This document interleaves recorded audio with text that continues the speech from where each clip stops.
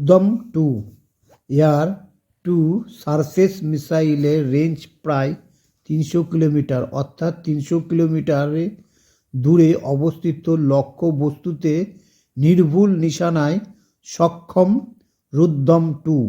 এটি এক প্রকার অ্যান্টি রেডিয়েশন মিসাইল বলে জানিয়েছেন ডিআরডিও।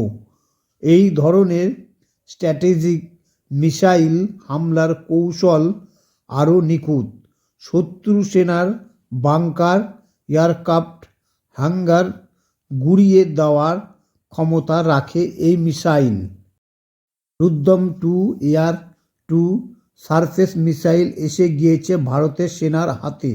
আকাশ থেকে মাটিতে হামলার সক্ষম এই ধরনের মিসাইল ভারতীয় সেনার শক্তি কয়েক গুণ বাড়িয়ে দিয়েছে। এই ধরনের মিসাইল তৈরির কথা গত বছরই জানিয়েছিলেন DRD chairman Samir V Kamat. সম্প্রতি সেনার তরফে এক ভিডিওয় এই মিসাইল উৎক্ষেপণ দেখানো হয়েছে। সুখোই 30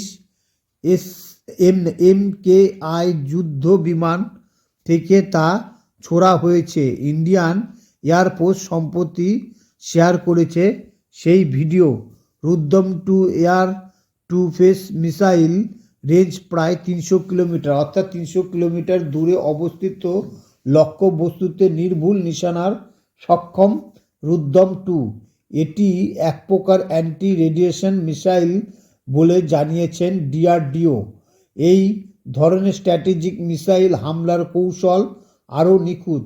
শত্রু সেনার বাংকার, এয়ারক্রাফট হ্যাঙ্গার গুঁড়িয়ে দেওয়ার ক্ষমতা রাখে এই মিসাইল। রুদ্যম টু ভার বহনে সক্ষম। 200 কিলোগ্রাম পেলোড নিয়ে তা উড়ে যেতে পারে। এই ভরের বিস্ফোরণে নিয়ে হামলায় চালিয়ে বিপক্ষের ঘাঁটি নিখুঁত নিশানা গুঁড়িয়ে দেয় এই মিসাইল।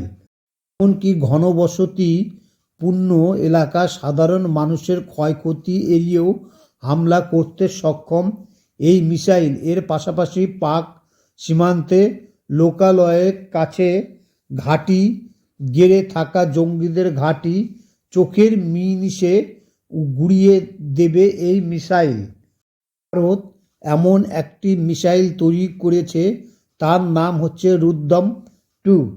এর আঘাত থেকে পাকিস্তান ভয়ে কাঁপছে, কেননা এই মিসাইল 300 কিলোমিটার দূরে থাকা যে কোনো প্রকার বস্তুকে সে নিমিষের মধ্যে গুঁড়িয়ে দেওয়ার ক্ষমতা আছে। পাকিস্তানের জঙ্গি গোষ্ঠীরা এই মিসাইল দেখে আপাতত ভয়ে থরথর করে কাঁপছে।